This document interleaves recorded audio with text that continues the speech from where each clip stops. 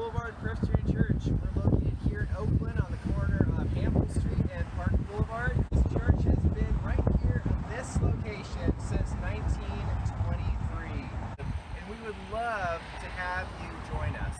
So come on down to Park Boulevard Presbyterian Church, 11 a.m. on Sunday mornings, and worship with us.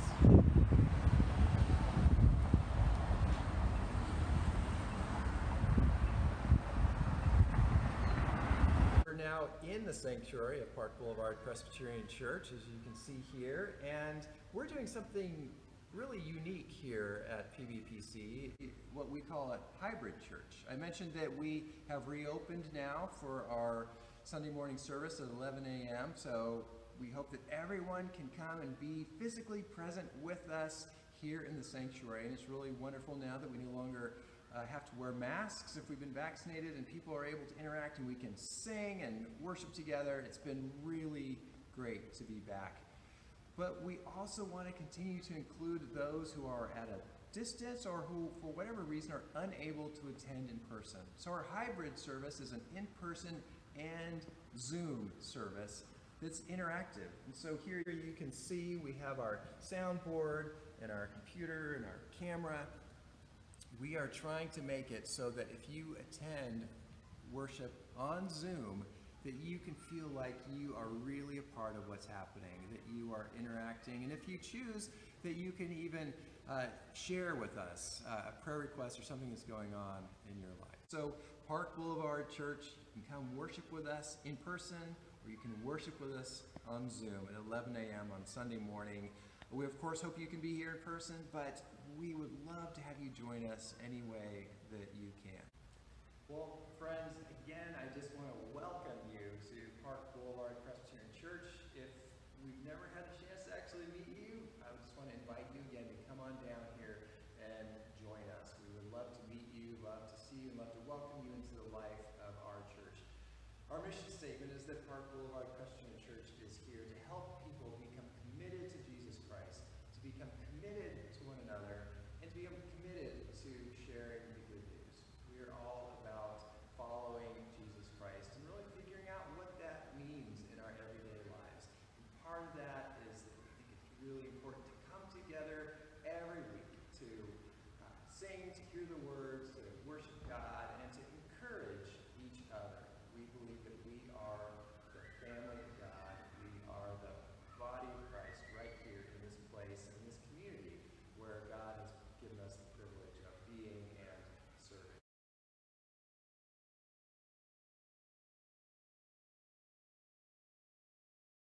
All right, this is the church library. So we've got a whole bunch of these Bibles, and this is not significant as much as interesting, is that a lot of not only churches had these large Bibles up front, like we do. So upstairs on the community table, we had a huge Bible.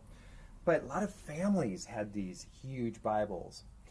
And so those families, a lot of time when the parents or grandparents passed away, nobody wanted the Bible anymore. And they didn't know what to do. They said, hey, let's give it to the church.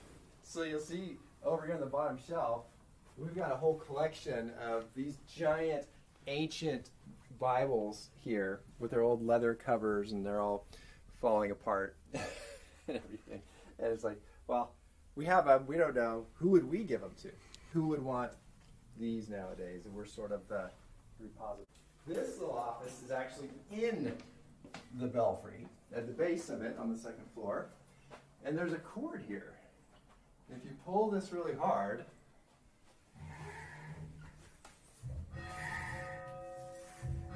you get the church bell, which is way up there a ways.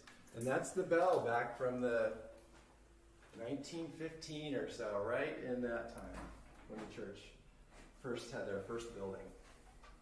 So that's fun. And we've been ringing that every Sunday morning, maybe for 100 years. This ladder, where I was here, also goes up to access the organ pipes, and does one other thing.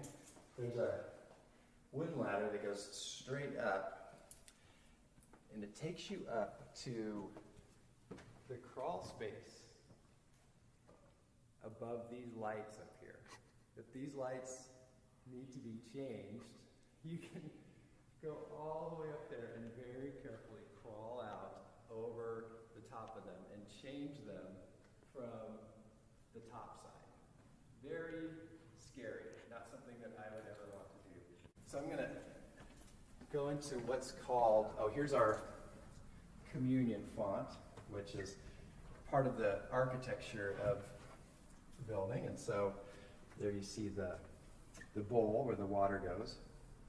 And so we just move this whole thing to the center when we're having baptisms.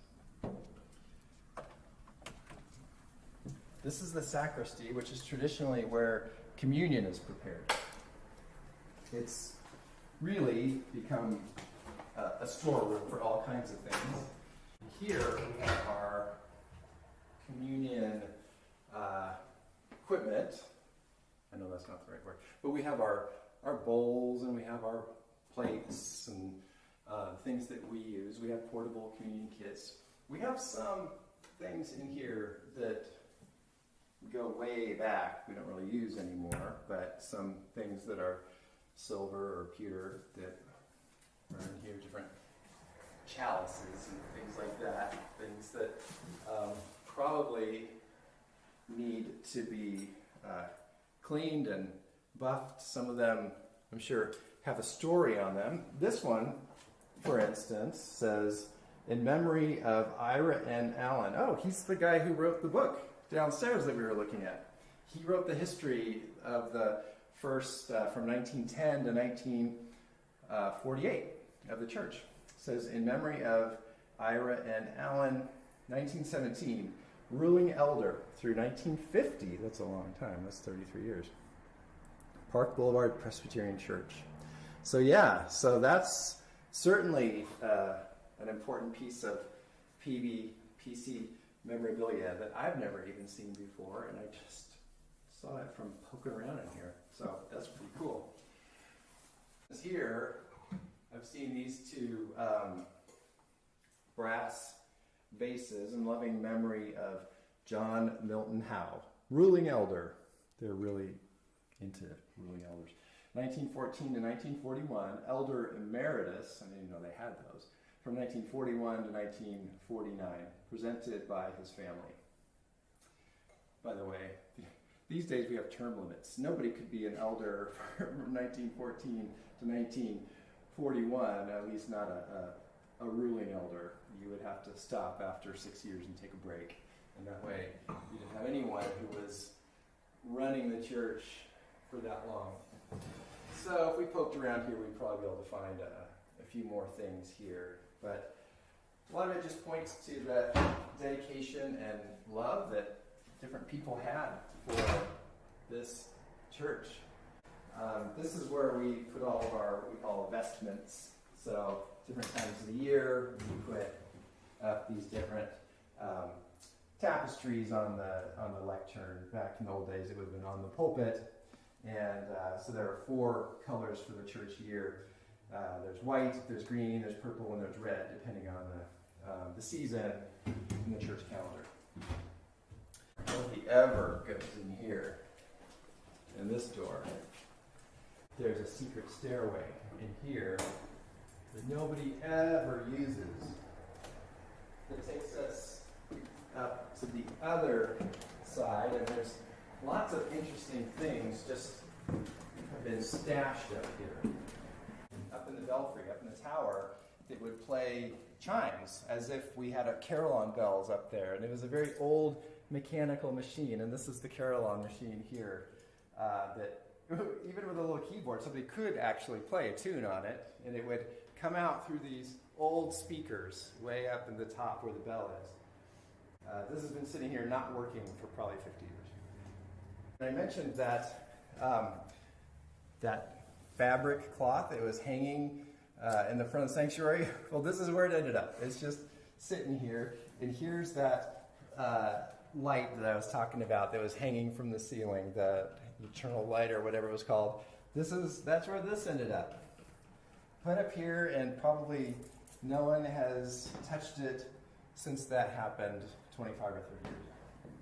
And then through this door over here is how somebody could access the organ pipes if they needed to do any tuning or repairs on them or anything like that. Just so many interesting little historical artifacts. That's why I like to call it the Winchester Mystery Church. You never know where you're going to find another door and where it might lead to. It'd be fun to be a kid here. It's like the Winchester Mystery Church. You know, there's just little nooks and crannies everywhere. So if you're a kid, this would be the funnest place. Because all of a sudden there's a ladder. Where does it go? And there's a trap door. How cool is that? That is awesome. Where does that go? Where does it go? So open it up. There's a light switch. Nothing happens. No. The light must be burned out. Well, I see a door up here. I also see a tunnel kind of off to the right here.